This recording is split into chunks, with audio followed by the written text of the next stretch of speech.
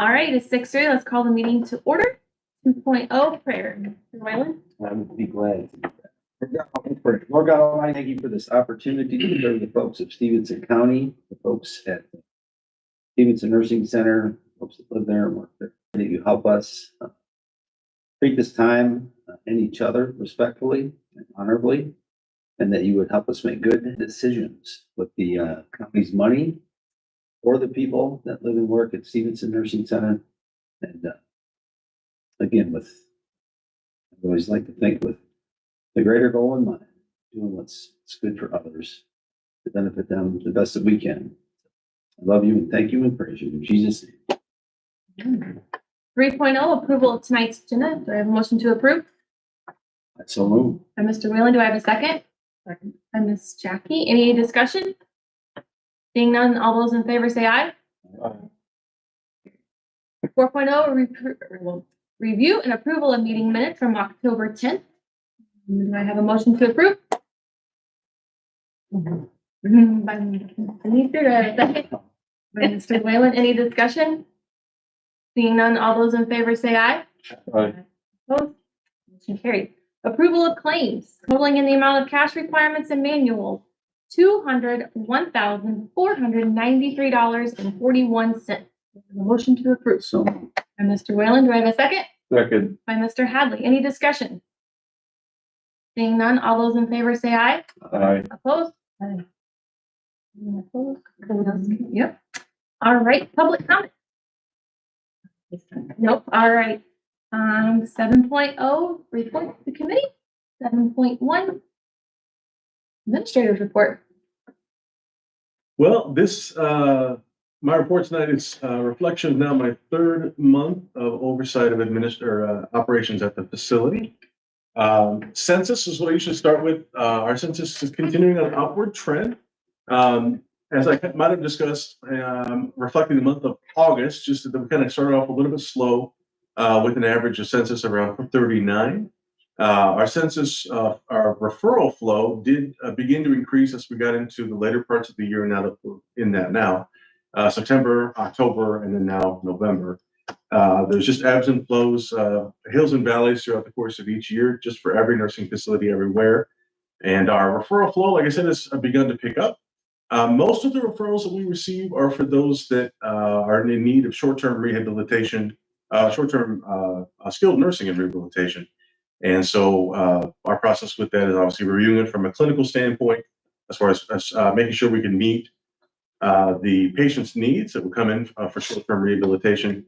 And from a financial standpoint, making sure that we're in network, that their insurance benefits are in line with what we're able to handle as a facility, as far as how we would get reimbursed. And then we, make that decision at that point, wherever the referral comes from, whichever hospital system or referral source that we take that from. You'll notice on the report that was provided tonight that the current census, when I made this report, was 44. Our highest peak that we reached was 45, going through also now the month of October. So 44 reflective as the report that was included for tonight. I have also broken this down a little bit to kind of give you more of a recent perspective, including now also average monthly census data. In this case, reflective of this, of course, as it is at this point, the months that I've been overseeing things from August, September, and now October. So just so you can kind of see where we've been and where we are and hopefully where we're going. Also what I've given in recent months as far as a breakdown of the specific payer sources. As I've commented on before, the Medicare beneficiaries that are coming in for short-term rehabilitation, those that have their traditional benefits being used, or those that have an insurance company that are dictating the use of their Medicare benefit. Also, those that come in for usually, or those that are with us that utilize their long-term Medicaid benefits, those that have an insurance company that manage those benefits, those that those that are on Medicaid that are under receiving hospice care, those that are Medicaid pending. So just as an FYI too, we do admit individuals that we would then apply for Medicaid insurance for a long-term stay, for potentially a long-term stay. But even if turns into somehow a shorter term stay, we would still apply them for Medicaid for whatever coverage period will be required. So As you can see from the report, we had 3 at this point that are Medicaid pending, that through the business office and through who we work with with the management company that we apply for Medicaid coverage. So we do have individuals like that. We do try to keep that number a smaller number, try not to take on too many, because while we're waiting for the Medicaid coverage to begin, which isn't always the fastest process, we're of course, covering the cost as a facility, at least temporarily, until the coverage begins. So it usually doesn't take that long, but we still take on individuals like that because eventually they would be covered by Medicaid. And Medicaid, the Medicaid program also does go back a specific time frame to cover charges since the date of application. So there's that too, as far as individuals that are covered in that way or would be covered by Medicaid in the end. Also, individuals that pay privately for their stay, and then of course also those that are also receiving hospice care that are also paying privately for room and board, as far as what that is. Just a note to the committee, just as an FYI as well, I had a discussion with Denise actually more recently in this case, as far as our private pay rates, as far as what those are, even prior to my arrival. The private pay rates for the facility typically would stay in line with what the average rate of reimbursement is from the state's Medicaid program. And since we have, as a county facility, our average rate of reimbursement from the Medicaid program being a higher average rate of reimbursement, we're talking around $300 a day. Correct me if I'm wrong. What's that? It's a little lower. Oh, a little lower. Okay. Our private pay rate for those individuals that we would want to pay privately, that would be consistent with that rate per day. So as far as our private pay rates, that's what we work with at this point.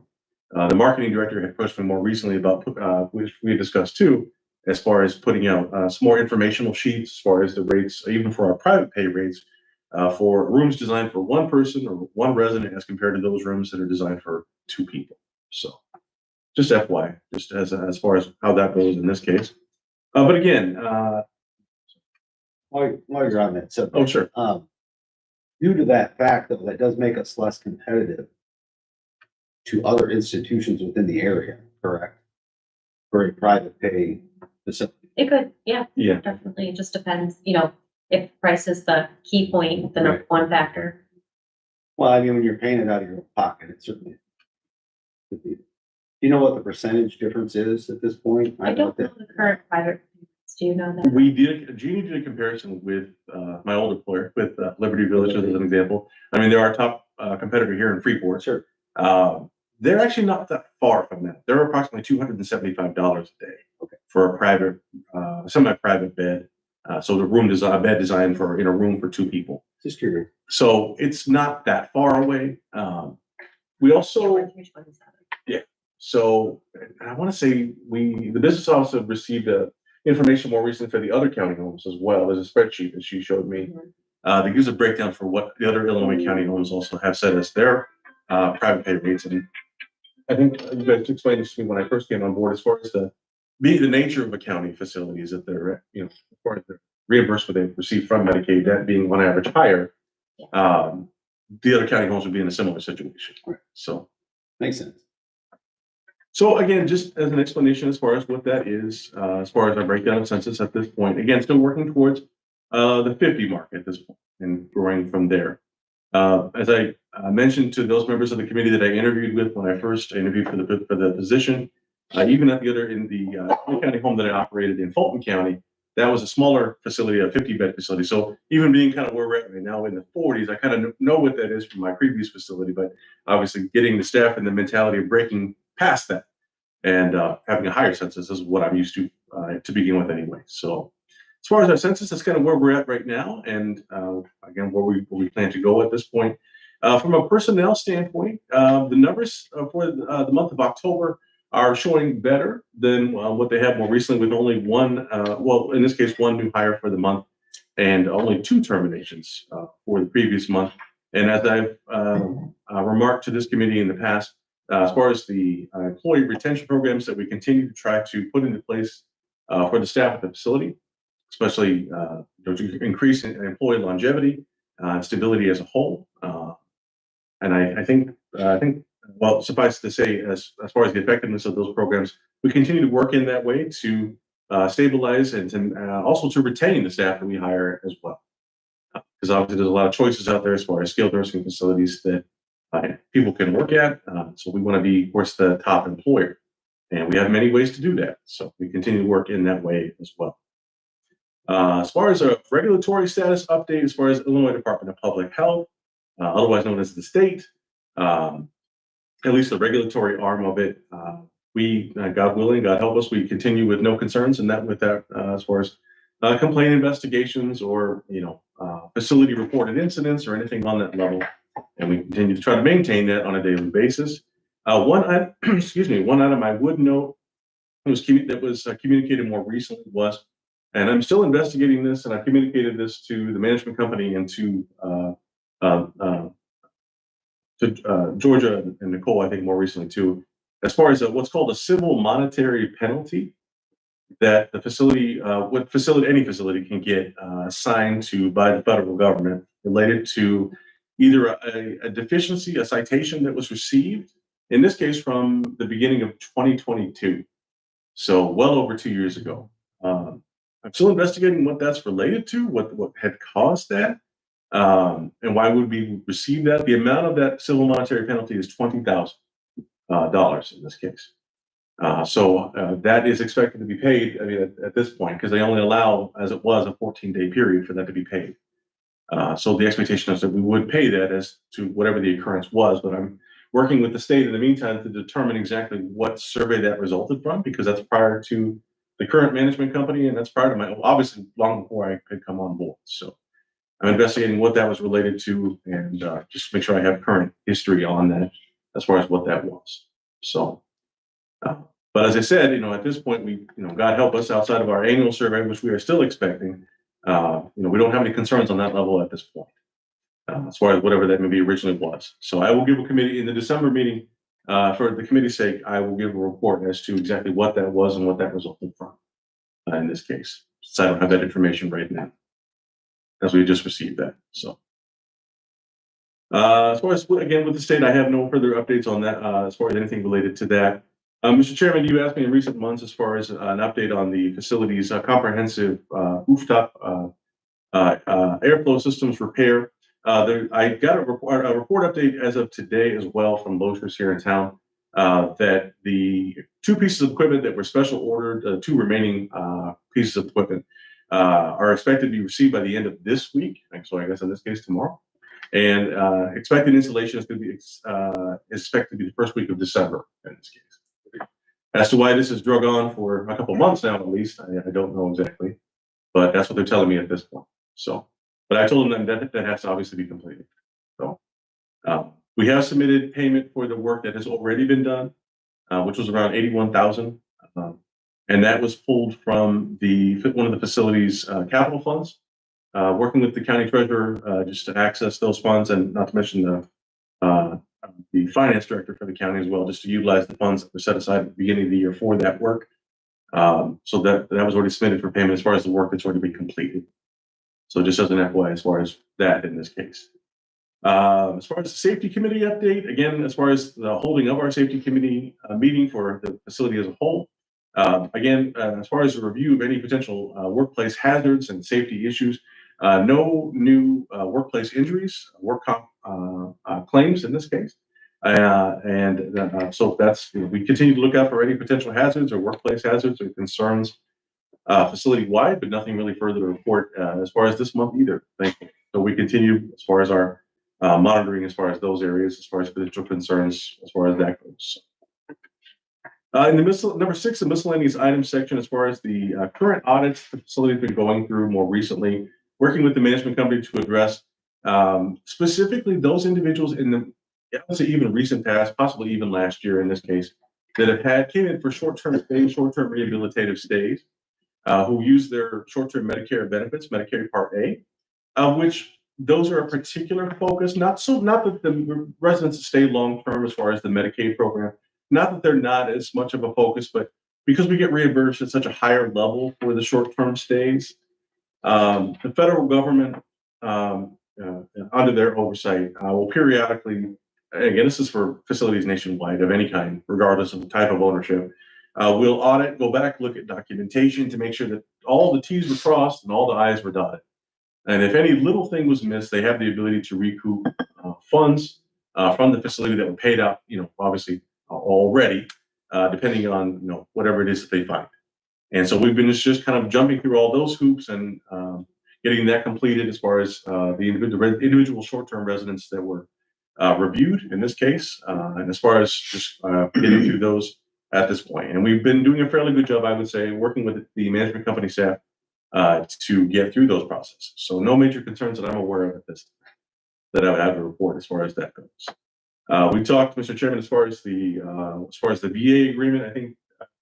I don't think we talked about it since the last meeting in this case. Sure, we had a call with the VA, and they are looking to touch base with us in February, and then have an agreement in place to present to the board or to the committee board in March.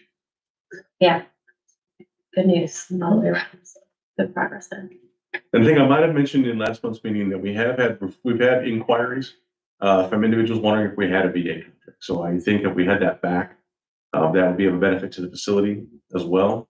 Beyond the VA agreement, and I'll just kind of mention this kind of in the miscellaneous section. I've talked to the management company more recently in Georgia too, as far as the reutilization of the facility's Alzheimer's and dementia care area security unit in the facility. And again, I'm kind of putting the pieces back together as far as maybe what was, and as far as whatever had occurred, such that they stopped using it. But actually, Denise, you would look tonight, and actually on the state's website, you had noticed that we still marked or were shown by the state to actually still have that as far as a certified unit. But some dementia units within skilled nursing facilities are certified, some not. If we're certified, it just means we have extra regulations, state regulations that we have to make sure every annual survey that we're meeting, which is fine. I mean, that's obviously doable. But the intention would be, and my intention, speaking for myself, is would be able to utilize it again. Denise and I had talked even today about the possibility of having maybe like a kind of a grand opening event. Do you want to talk about that at all? What you would say? I think our first steps are pulling a group of people from the nursing center and then from TCM, and making sure we can put a plan together. Everything's working, operational, what we need it to be for that unit. And then, oftentimes you start a program and you kind of go out and market it, but we've got, if we're able to use that space again for our memory care services, we could pose it as more of a grand opening where people could sign up for admission and schedule admission dates. So we would kind of have a planned move-in, if you will. So we kind of think of, they do that a lot with assisted and independent living centers, where it's more of a planned process and not just kind of as people are interested. So a little bit more of a marketing campaign around reopening that space in the building. We have had a lot of interest in the past from the hospital. So that is a 24-bed unit of the facility. So, us and our top competitor, Liberty Village Manor Court, they also have a dementia care unit there as well. To my knowledge, there is no other unit like it that accepts Medicaid. Us and Liberty Village, I think, are the only two in this case in the immediate area that have that. So we'd be of a big, we'd feel a big need there in that way. I mean, it's already set up to do what it did before. It's just a matter of marketing it the right way and getting it restarting the right way. So that's my intention at this point, just speaking for myself. So that, and also, as I think I might have reported last month, as far as the possibility of doing outpatient therapy. Denise and I talked today. She herself has a history as far as surveying public sector, I guess, for lack of a better term, outpatient clinics, centers. Right. So we'll use some of that expertise to just take a look at our space at Stephenson, which I believe at one point was licensed for outpatient services. Part of that licensure is not much different from what we do as a skilled nursing center for survey purposes. You do need to make sure that the entrance that's provided doesn't pass patient rooms. You've got separate restrooms for those patients to use, which is we have that at Stephenson Nursing Center. So it would be in the therapy gym. It's right up front. Near the front door. So it'd be a very easy service to add on. And now that we have a therapy provider that can provide therapists for that service, it makes it all the more easy, to do. So that outpatient service would be, say, if somebody was going home from the center to the community, but they needed to continue a couple days a week with outpatient.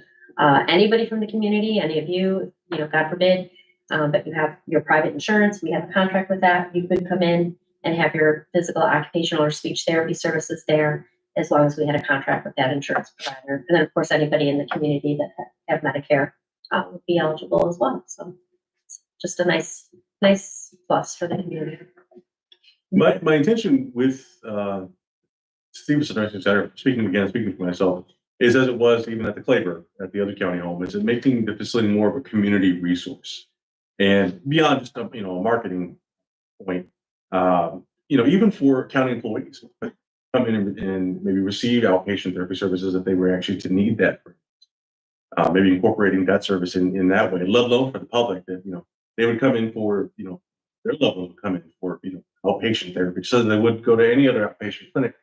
But then if they were to ever, either they themselves or a loved one would need maybe like an inpatient stay for a short-term rehab stay, then oh yeah, I've been out there before. We went for outpatient therapy, so yeah, it's a great place. We'll go out there. We'll go out there for some rehab stay, and then that would be another draw as well. So those I think would be big pulls for the facility, and I think a benefit to our overall census. Not to mention, like I said, as far as the Alzheimer's and dementia care area, that would definitely be a big boost to the census as well. We could, if and when we could get that going. So just throwing that out there too.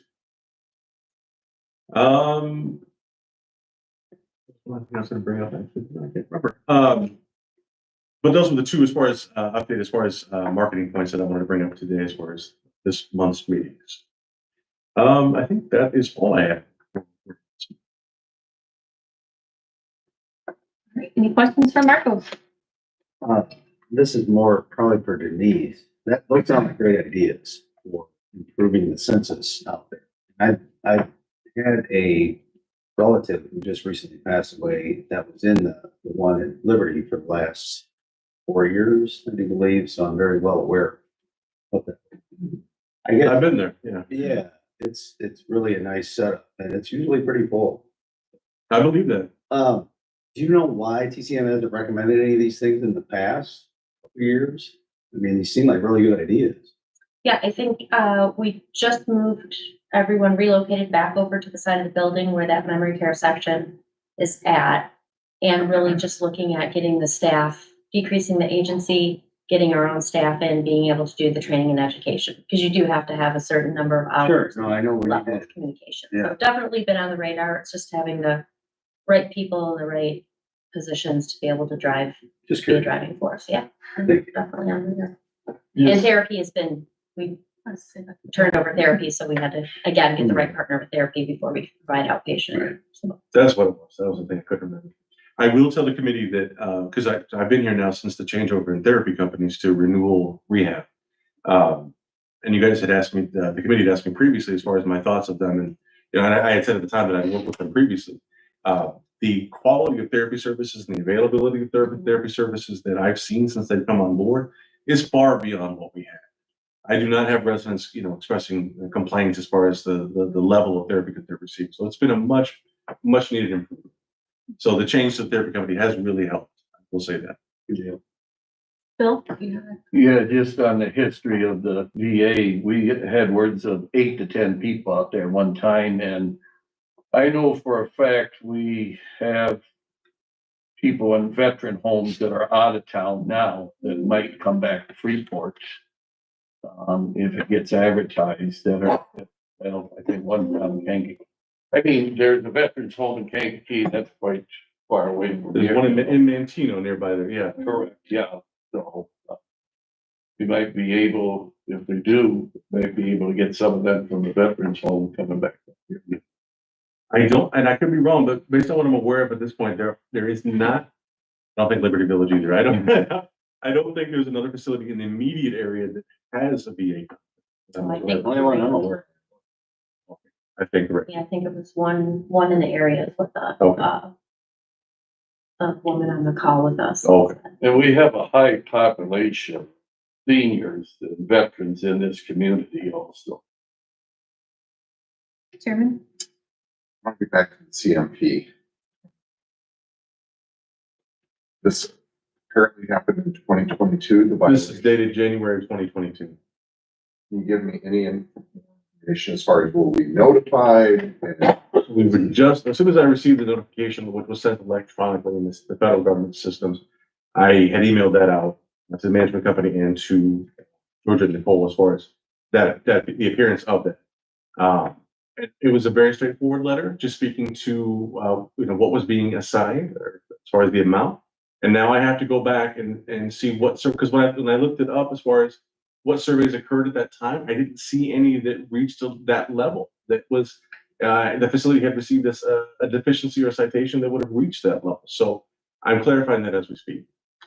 I guess what I'm trying to ascertain is if we were notified in 2022, you're nodding yes. The, Illinois Department of Public Health was delinquent in sending notifications with the CMPs to every facility across the state. Okay. They're catching up. Okay, so this could potentially literally be our first notification about something from 2 years ago. And it needs to be paid by when? 14th of November.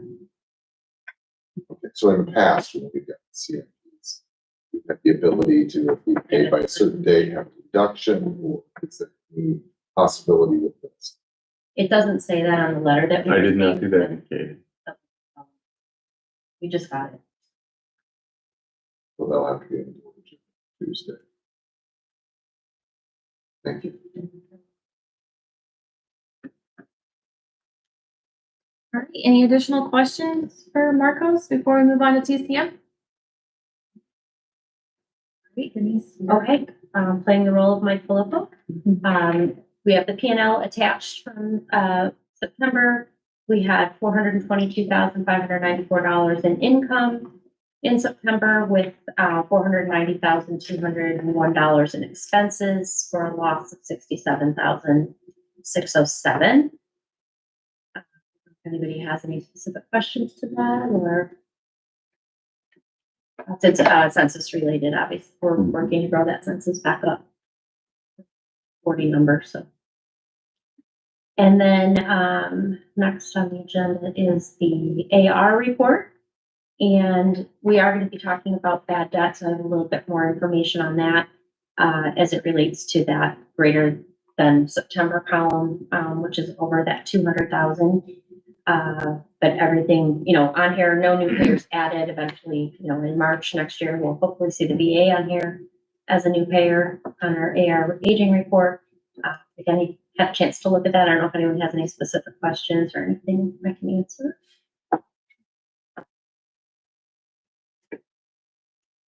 Yeah. Sure, of course. Did you guys see the audit report at all? Did they get a copy of that? I did not.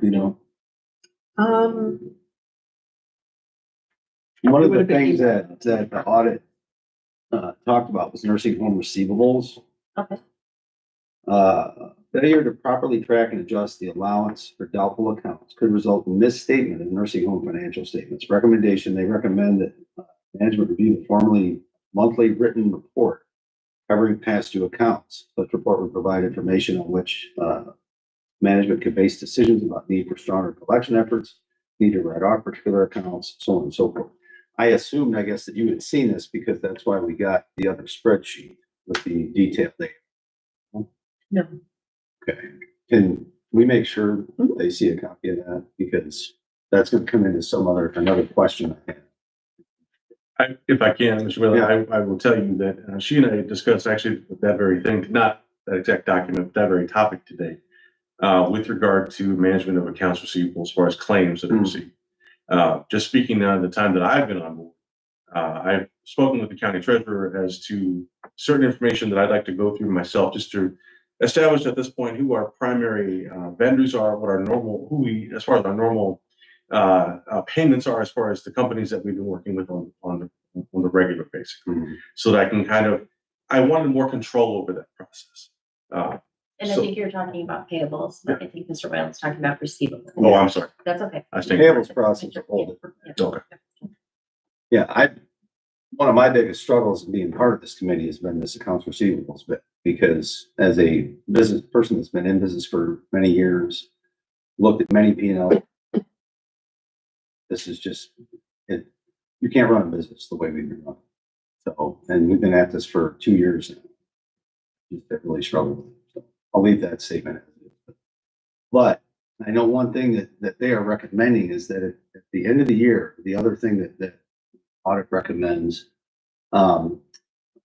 is that we need to have a cutoff point and kind of clean the books at the end of the year. We can't continue this process and having to go back and look. So this 285,055, it's still left over from September of last year, plus I think we got 10 grand in October last year, another 8,500 in November of last year, another 8,300 in December of last year. That is just hanging out there. We need to clean that up at the end of this year, one way or another.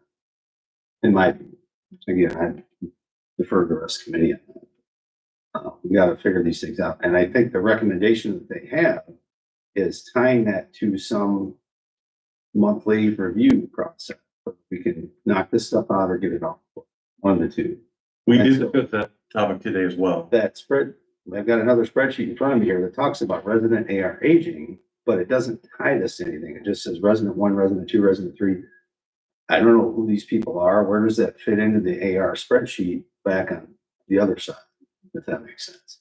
Again, I know Mr. Filippo's not here, so he might have a stringent comment on that. No, and it may be something that we want to talk about, including yourself or anyone else from the committee in the AR discussion so that you're understanding what we're doing. And I'll give you a couple of examples when we get to the bad debt write-off of, we anticipated a bigger amount of a write-off for this quarter, if you remember Mike's comments from last Sure. month. But the information that we got from the AR team, there's some outstanding situations where we felt like it was best to hold off, not write it off, because there is potential to collect that money. So, but it should be, we can open that up for a decision of here's the Well, recommendation, but if the county Yeah, feels I that think these we we just need prefer to to write off. from my perspective. I've asked for that on multiple occasions, especially with the older stuff. You're looking at AR that's almost a year old plus. And I'm sorry, but we cannot run this business having that stuff hanging out there. You can't run any business. I've heard that that's normal in this business, but I don't understand how it is. And I've talked to many other administrators at different county homes that have told me otherwise. So I really struggle with that. So Um, I could, I don't know if we want to move, I could talk a little bit to the bad debt write-off with the AR. That Sure. might explain why some of these things are hanging out. Sure, okay. So that was the next agenda item. Would you want to do cash flow? Cash flow is And then- there. Cash flow has shown a little bit of an improvement. We're only through the end of December on our cash flow sheet. Once budgets are final, we'll go ahead and get that loaded into the cash flow projections for 2025 and have that prepared. So I would anticipate that being for December meeting. Chairman? Finish your thought. No, I did. Are you anticipating? My understanding, we barely made payroll this week. We need more deposits. So there will be another deposit tomorrow. Speaking for myself, I do get updates from a member of the TCM staff, at least weekly, as far as expected payments to be received. The business office receives, we deposit. I did speak with the county clerk with regard to that. She did inform me that there was a deposit that was made more recent from a member of her staff that she didn't see. And so as far as meeting payroll this week, that would cover it as far as that part of it. But as I told her, and I think she and I were in agreement, and then you and I talked about this as well, I can't, speaking for myself again, we can't have situations that we just can't. So to your point, Mr. Chairman, I don't disagree.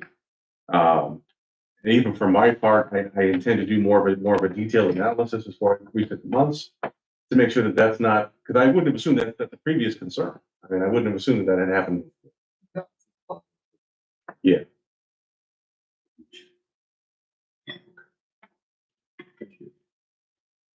We also talked about coordinating more of the AP. So we had a system set up with the treasurer's office of what to pay as cash was in. And I did not set that up with the treasurer's office in Marco, so we're working on making sure that we have good communication moving forward. Thank you. Yeah, you're welcome. Okay to move. Yes. Okay. So on the bad debt, write-off, everyone had the spreadsheets, I believe, in their packet with, the request. So the request is, resident information is didactic, but the total of 37,689.61 is the request for the bad debt write-off. The reason it's smaller than we anticipated is, we have 3 residents. So 2 of the residents for a total of $46,984.96. We have filed, fraud cases with Social Security. So our feeling is that we should not write those off until we get a decision from Social Security on where that stands. So, those would be 2 of the outstanding amounts, that are, further out dollar amounts, and that's, close to 50,000. The third resident is $43,722. The ombudsman has gotten involved. The family keeps scheduling the hearing, and, again, we don't think that we should be making a recommendation to write that off until we have the hearing, with the family on collecting that payment. So that's, almost 100,000 there, 90,000 right there of dollars that would have been part of that over 200. So what you're saying is that going back to the error sheet, those are part of the 3 lines, either private COA or resident share. I would I have, know those 3 take up about $180,000. I can give you the detail on exactly where those fall on the That sheet. would be nice. Yeah. Mr. Willen, if I may, I was also just going back to receivables, and as you were discussing, you're not wrong. In my own past, there would be a meeting held each month. This is with, for-profit facility, where we would have that type of discussion. We would go through the accounts by payer source, and I would look for amounts that are still shown to not be collected.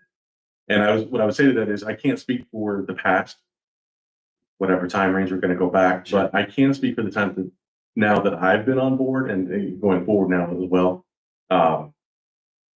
Even from my part, I intend to keep track as far as regular communication with the management company as far as our collection efforts, because there shouldn't be remaining amounts, going forward, let alone for the last 3 months.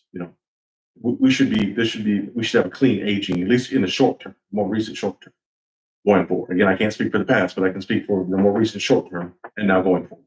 Make sure that does stay clean as far as with that. I would appreciate it. Yeah. I'm sure the people of this county do.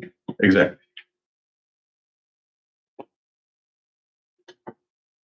Okay. I had one other item, just real quick. Denise, we got an invoice back on December 31st of last year, which included a management fee profit incentive invoice for $149,294. We did not get a lot of detail on the justification for that. And after looking at the audit, I have come to question that, whether we should have approved that invoice.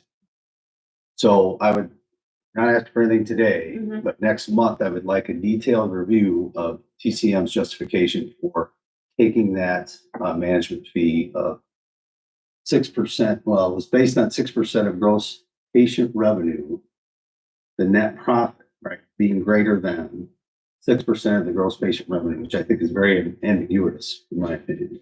There should have been more detail behind that, because is that from day 1 of 2023, when you guys start billing that year? When does that go through? I mean, in my opinion, it would be everything that happened in 2023.